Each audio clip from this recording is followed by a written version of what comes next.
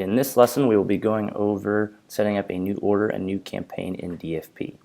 Once logged into DFP, you want to make sure you're under the Delivery tab, and you will come to New Order.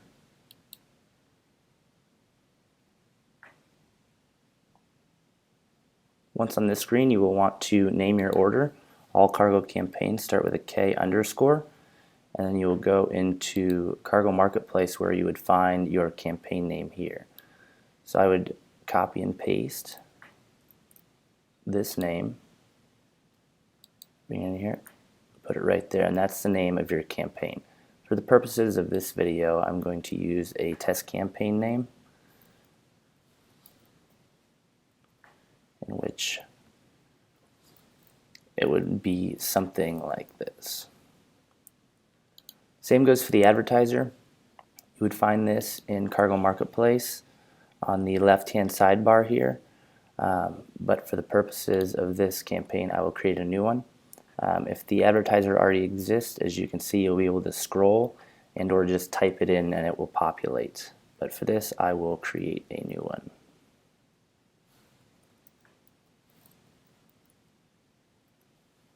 As you can see, no matches, so I'll need to add a new one.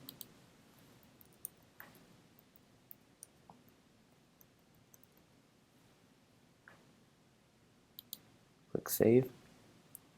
You would only add any labels here if you had any specific targeting criteria to crawl out, such as you were DMA targeted or you were IOing out to an IO'd partner. But we don't have any here, so we'll leave that blank. So that's pretty much all you have to do to create a new order is fill out these two lines. Now you're going to start your first line item. You get your line item naming conventions from Cargo Marketplace as well, so you will come back in here and you will click inside one of these placements depending on which line you're doing, and here you will find your line item naming conventions available.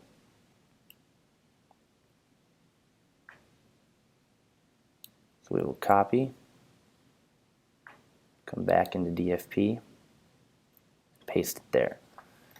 Now we want to add our dates. This is going to run from January of 16 to March of 16, and we're going to specify that it is the added value placement that you found within Cargo Marketplace.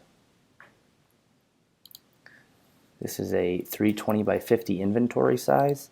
I know this because you can find it within the AdOps inventory guide you have been provided. As you can see, all your placement and unit types are all right here with your DFP inventory size and targeting. So you can always cross-reference this.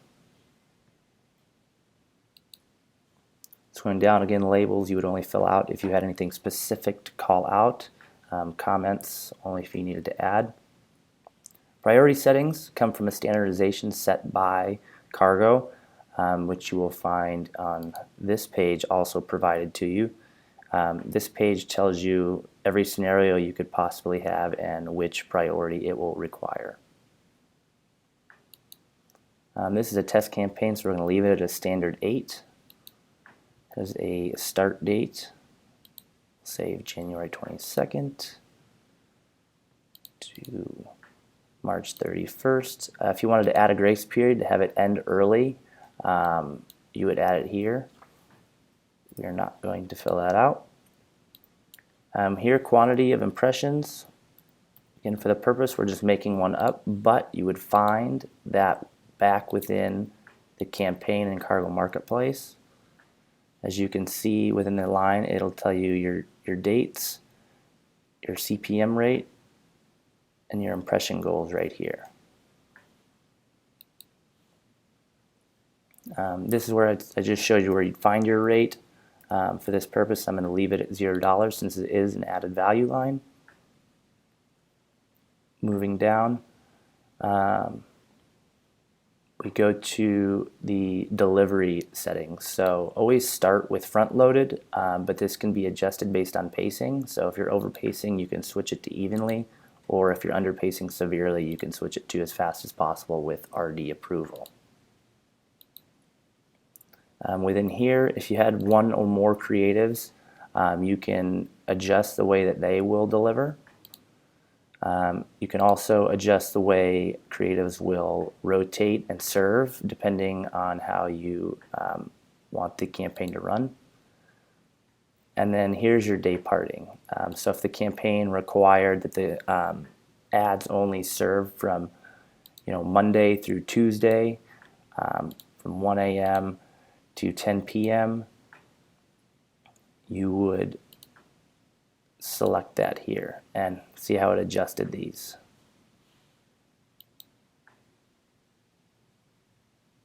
Frequency capping, again, standardization is always 3 impressions per 1 day, but can be adjusted based on pacing. Finally, we're going to look at targeting. We have a list of presets that have all the sites available to run for that unit within here, so depending on what you run, you'll be able to type it in and it will populate.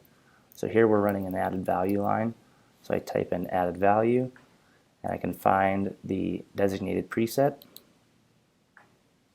As you can see, it populated with all the sites that this unit can run for this line. You will cross-reference this against the media plan within Cargo Marketplace, which you will find right here. As you can see, I have a list of sites available that are approved by the client. So I would go and make any adjustments there. You want to make sure that you're properly geographically targeted and position targeted correctly. If you had any, you had to change the geo, such as you were only supposed to run in Alabama or you weren't supposed to, you can include or exclude states, cities, and DMAs, as you can see here. So once you have that all set up, you will come in and save.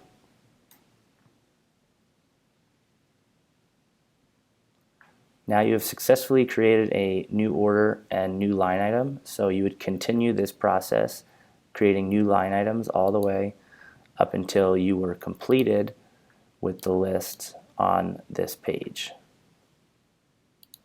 This is how you set up a new order and new campaign within DFP.